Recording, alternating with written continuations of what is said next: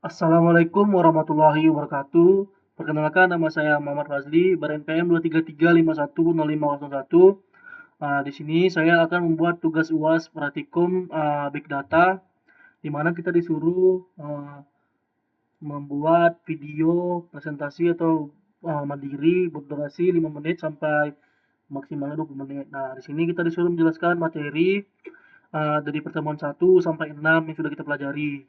Nah, kemudian terapkan dalam bentuk contoh data dari materi pertemuan 4 sampai pertemuan 6. Silakan pilih salah satunya. Nah, itu. Nah, di sini saya langsung saja menjelaskan materi dari pertemuan 1, yang mana pertemuan 1 modulnya yaitu adalah buku panduan dari pengantar ekosistem Big Data dan PaySport dasar. Nah, di sini saya memakai data penjelasan dari tugas saya sendiri saja karena saya sudah membuat juga kan. Nah, gitu. Nah, ini yang seperti yang saya buat di sini uh, pertanyaan satu. Nah, di sini ada kasus nyatanya, contohnya tuh sistem deteksi fraud pada perbankan BCA Bank Mandiri. Nah, pada contohnya di sini uh, tantangan volume ukuran data masif sebuah bank besar nasional dapat memproses 50, lebih dari 50 juta transaksi per hari. Nah, terusnya tantangan velocity, kecepatan aliran data. Nah, selain tantangan volume, bank juga menghadapi tantangan velocity yang sangat kritis, terutama dalam konteks keamanan transaksi. Nah, yang ketiga yaitu ada penanganan secara bersamaan solusi teknologi big data. Nah, untuk menangani permasalahan volume dan velocity secara bersamaan, bank-bank besar mengadopsi arsitektur big data yang terdiri dari beberapa lapisan. Nah, yang pertama ada message streaming layer menggunakan Apache Kafka sebagai sistem antrian pesan atau message broker. Nah, selanjutnya yang kedua ada real time processing layer menggunakan Apache Spark streaming atau Apache Flink untuk memproses stream data dari Kafka secara real time. Nah, pada layer ini model machine learning yang telah dilatih sebelumnya, misalnya random forest atau neural network untuk deteksi anomali, diaplikasikan pada setiap transaksi yang masuk untuk menghasilkan fraud score dalam hitungan milidetik. Nah, yang ketiga itu ada batch processing dan storage layer. Nah, menggunakan Apache Hadoop HDFS atau Amazon S3 sebagai data lake untuk menyimpan seluruh histori transaksi dalam skala terabytes hingga petabytes. Nah, data ini kemudian diproses secara batch oleh Apache Spark. Nah, seperti inilah kira-kira perbedaan fundamental RAM versus hard drive. Nah, di sini, nah ini keunggulan contoh untuk keunggulan Spark ini in memory composition dengan RDD dan data frame. Nah, Apache Spark memecahkan masalah ini dengan konsep resilient distributed dataset RDD dan data frame yang secara default disimpan di proses di dalam RAM. Nah, ketika Spark membaca dataset dari sumber data, misalnya HDFS, S3, atau database, data tersebut di-load ke dalam memori RAM secara seluruh cluster dan disimpan sebagai RDD atau data frame yang terdistribusi. Semua transformasi berikutnya seperti filter, group by join, aggregate, dan sebagainya dilakukan langsung di atas data yang sudah ada di dalam RAM tanpa perlu melakukan operasi baca tulis ke disk. Nah, selain itu, Spark menerapkan konsep lazy evaluation atau evaluasi malas di mana semua transformasi yang didefinisikan tidak langsung dieksekusi, melainkan hanya dicatat sebagai rencana eksekusi atau execution plan. Nah, begitu kira-kira kesimpulannya ya gini lah.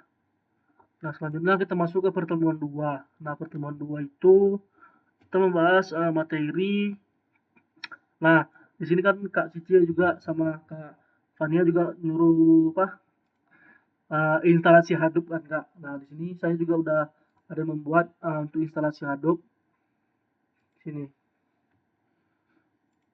Nah, di sini kemarin dibantu juga lah sama kawan-kawan kan.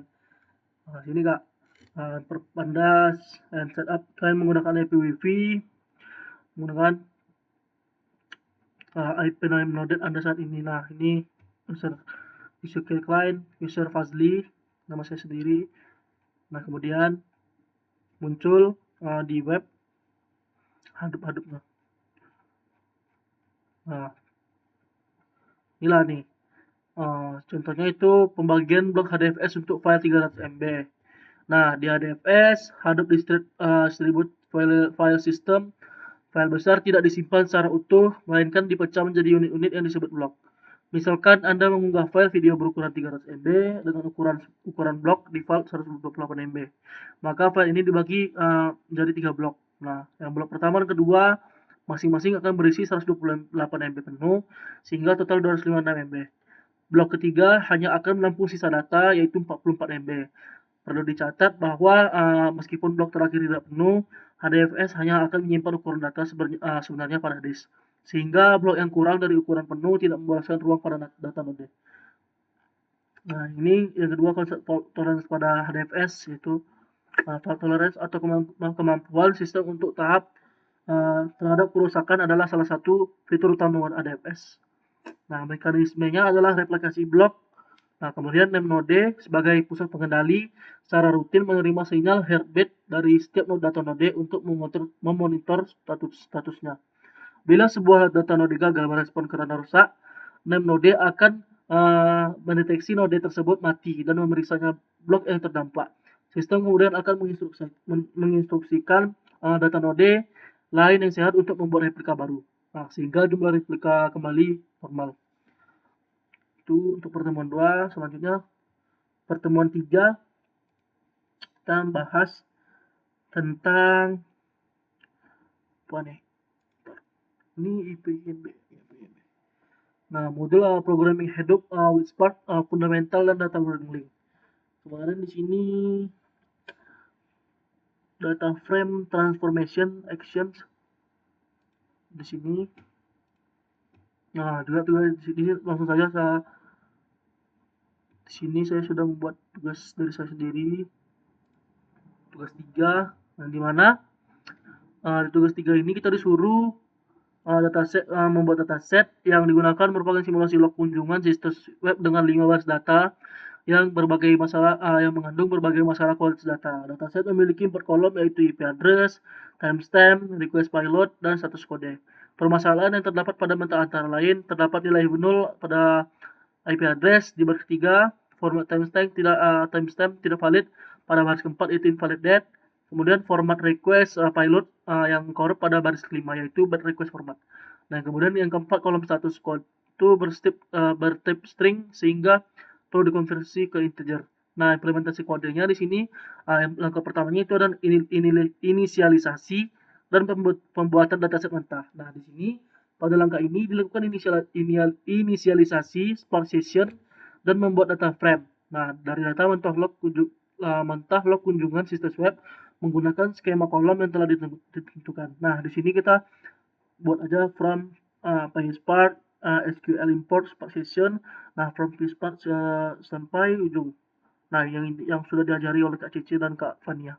Kemudian inisialisasi Spark Session-nya kita memakai sama dengan Spark Session Egg Builder. Nah, F9 sampai get order. Nah, pembuatan dataset kotor, simulasi lanjutan situs web. Nah, sini. Nah, kemudian muncul tampilan dan bentanya. IP address, timestamp, request payload, status code. Nah, kemudian langkah kedua itu ada pipeline pembersihan data atau data cleaning. Pada langkah ini dilakukan 2 proses pembersihan data. Yang pertama, mengganti nilai 0 pada kolom IP address dengan string default 0000 menggunakan fungsi when dan is0. Kedua, melakukan parsing timestamp dengan menangani format tidak valid menggunakan regular expression dan fungsi toast timestamp. Nah, kemudian di sini standarisasi IP address-nya, ada parsing timestamp. Nah, kemudian muncullah hasil pembersihan tahap 1 dan 2. Di mana di sini ada IP address 192.168 seperti biasa, timestamp, kemudian di sini muncul tanggal, waktu kunjungannya di sini, berapa tahun, tanggal juga dan jam. Nah, kemudian langkah 3, ekstraksi string lanjutan, regex, dan kalkulasi. Pada langkah terakhir ini dilakukan ekstraksi kolom HTTP method dan endpoint dari kolom request payload menggunakan regex. Nilai kosong hasil ekstraksi diisi dengan unknown menggunakan filenya tutup buka kurung.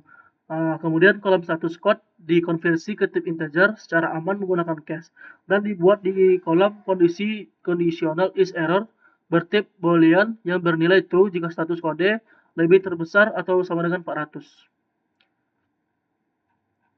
Nah, ini penjelasan kodenya, membuat data frame dari data mentah, mengganti nilai IP address yang kosong, kemudian mengambil HTTP menurut metode endpoint menggunakan regex. Nah, kemudian mengubah status kode menjadi integer, membuat kolom is error, kemudian menampilkan struktur dan isi data frame.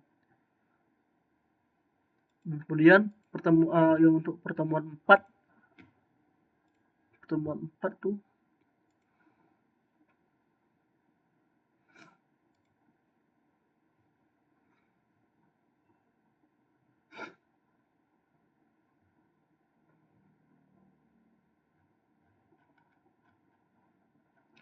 pertemuan itu modulnya untuk Spark SQL, query complex, join, and agregasi. Nah, di sini kita juga sudah membuat tugas dari pertemuan 4, di mana di sini tugas 4 kita sudah membuat ini ya, PNB-nya.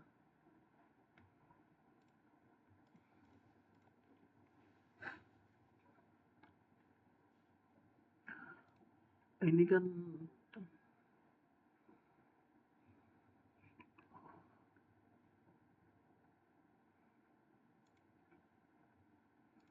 nah, di sini contoh yang saya pilih itu di pertemuan 4, di mana di pertemuan 4 itu tugas 4 itu sebelum mengenali data frame, kita sebagai sebuah tabel SQL. Nah, pada fungsi create or replace time view ini, nama tabel bertugas mendaftarkan data frame ke dalam memori Spark SQL atau katalog. Kita membuat 3 tabel, department, tabel dimensi, employees, tabel dimensi, dan salaries, tabel fakta yang berisi transaksi gaji bulanan. Nah, ada salah satu pegawai bernama Eka yang disengaja di set di dev ID non sama dengan belum punya departemen untuk menguji fungsi join. Nah, di sini saya telah membuat from PySpark SQL import precision dengan codingan tersebut. Nah, kemudian di sini ada tabel departemen, dimensi, data, dev, engineering, Jakarta, marketing, Bandung. Nah, di sini tabel pegawai dimensi. Selanjutnya masuk ke tabel gaji bulanan. Nah, tabel fakta atau tabel fakta yang sudah dilakukan. Nah, di sini kemudian langkah-langkah yang kedua, tabel join dan agregasi relasional. Nah, query pertama bertujuan untuk mencari tahu total pengeluaran gaji per departemen di bulan Oktober 2023. Nah, left join kita menggabungkan tabel employees dan departemen. Kita menggunakan left join agar pegawai seperti Eka yang belum punya departemen datanya tidak hilang dan tetap ikut dihitung. Nah, college dep name karena Eka tidak punya departemen, nama departemennya akan bernilai 0. Fungsi colleges bertugas mengubah nilai 0 tersebut menjadi teks yang lebih rapi, yaitu belum ada departemen. Nah, kemudian count, distance, and MPID menghitung jumlah pegawai unik di tiap departemen, mencegah perhitungan ganda jika ada data duplikat. Nah, kemudian di sini query untuk menganalisis total pengeluaran biaya gaji per departemen. Select ini, kemudian SQL query basic show. Nah, di sini muncul departemen yaitu HR, Engineering, dan Marketing. Kemudian lokasinya Jakarta, dan Bandung. Kemudian total employee-nya 1, 2, 1, dan kemudian total salary expense 200, inilah 2500, 2300, 1200. Nah, kemudian langkah 3, analitik kompleks berbasis window function CTE. Nah, ini sampai yang langkah terakhirnya itu tugas mandiri. Nah, tugas mandiri ini yang sudah saya buat, import OS, import ISS. Nah, ini obat anti error koneksi. Nah, di sini tersebut ada inisialisasi Spark Initialization, kemudian pembuatan tabel mentah, simulasi DB-nya. Nah, data driver, Dewan, Ahmad, motor. Nah, ini seperti itu contohnya. Kemudian eksekusi dan tampilkan hasil. Nah, kemudian di sini ada muncul tampilan code output ranking performa driver ojek online. Kemudian di sini muncul driver name Ahmad, Siti, Rudi. Tipe motornya itu tipe kendaraannya itu ada motor, mobil, motor. Kemudian total revenue-nya 11.000, 115.000, 75.000, dan 30.000. Nah, total distance 27, 15, 8, driver ranking 1, 2, 3. Nah, penjelasannya analitik performa driver Gojek online. Nah, di sini saya membuat analitik performa driver Gojek online ini menggunakan Spark SQL, di mana Kode di atas merupakan contoh bagaimana kita menyelesaikan studi kasus nyata, di mana real world case dalam hitungan detik menggunakan bahasa SQL murni di dalam ekosistem Spark.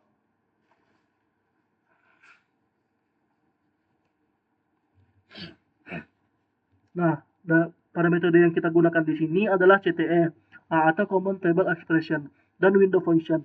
Mari kita bedah query tersebut. Nah, yang pertama di sini membangun tabel sementara dengan CTE with S daripada menulis satu query SQL yang sangat panjang dan membingungkan. Kita memecahnya menjadi bagian yang lebih rapi menggunakan klausel with.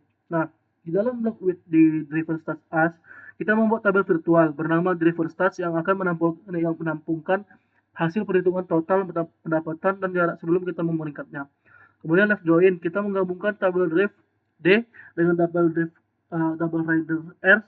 Kita sengaja menggunakan left join agar driver yang belum pernah mendapatkan penumpang sekalipun namanya tetap muncul di laporan akhir. Nah, kemudian ada N, R status sama dengan komplit. Ini adalah filter untuk mutlak. Kita mensyaratkan Spark untuk menghitung uang fare dan jarak distance atau per kilometer hanya jika status perjalanan sudah sukses atau selesai. Nah, kemudian group by, kita menyuruh Spark untuk mengelompokkan hasil perhitungan yang berdasarkan nama driver dan tipe kendaraannya. Kemudian query utama dan pembuatan ranking. Nah, kemudian window function setelah tabel virtual driver stat siap, barulah kita menarik datanya di query utama. Kemudian ada fungsi college. Jika ada driver yang pesanan batal semua, maka nilai pendapatannya otomatis menjadi 0 atau kosong. Nah, fungsi college ini, total revenue ini, akan mengubah nilainya yang kosong tersebut menjadi angka 0, agar tabel laporan tidak error. Nah, kemudian ada fungsi dance rank. Inilah yang dinamakan window function. Kita menyuruh Spark untuk tolong beri peringkat data ini berdasarkan urutan pendapatan dari yang paling kecil, yang paling besar ke yang kecil. Nah, kemudian kita lakukan order by dan dash C. Jika ada dua orang juara dengan pendapat yang sama persis, nah gitu. Habis itu yang ketiga ada tahap akhir di baris order by driver ranking (ISC). Kita menyortir hasil tampilan tabel berdasarkan juara 1, peringkat terkecil hingga ke bawah. Saat dijalankan menggunakan perintah Spark SQL show Catalyst Optimizer pada Spark akan memecahkan tugas ini dan menjalankannya secara paralel di sistem komputasi. Nah, berikut penjelasan saya dan contoh saya dalam data Kak Cici dan Kak Wela. Saya mohon maaf lah ya kalau banyak salah kata. Kemudian di sini saya akan menjelaskan materi kelima. Yang materi kelima di sini kan, materi kelima kita kuis ya. Kuis yang kemarin, yang kuis ini. Kemudian materi kita yang keenam itu kita lihat di tugas saya, mungkin nih modul 6 ya. Optimisasi dasar Spark SQL. Nah, di sini saya juga sudah membuat tugas 6 dengan laporan tersebut menggunakan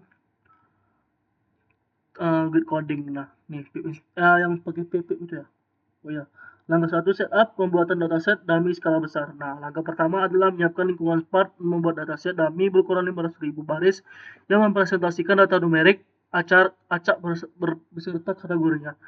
Konfigurasi environment variabel dilakukan untuk mencegah error Python worker timeout yang umum terjadi di Google Colab. Nah, di sini terdapat kode programnya. Hasil screenshot. Juga penjelasan kode yang langkah praktik caching and explain plan. Kemudian hasil screenshot lagi. Kemudian ini tugas mandirinya. Nah, pada tugas mandiri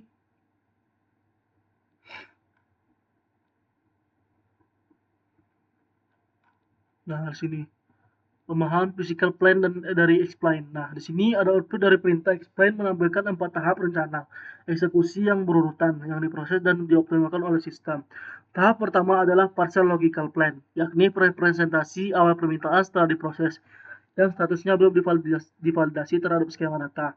Tahap kedua adalah analysis logical plan, di mana sistem memulai melakukan validasi terhadap tipe data dan nama kolom berdasarkan katalog metadata.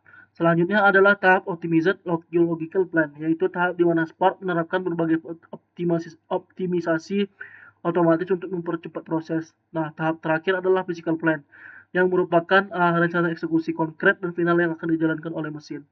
Nah, pada bagian hasil physical plan, operator flight scan, Parquet menandakan bahwa sempat membaca flight secara efisien dengan hanya mengambil kolam yang benar-benar dibutuhkan. Nah, sementara itu munculnya operator filter menunjukkan bahwa Spark menerapkan kondisi penyaringan secara langsung sejak awal saat proses membaca data berlangsung.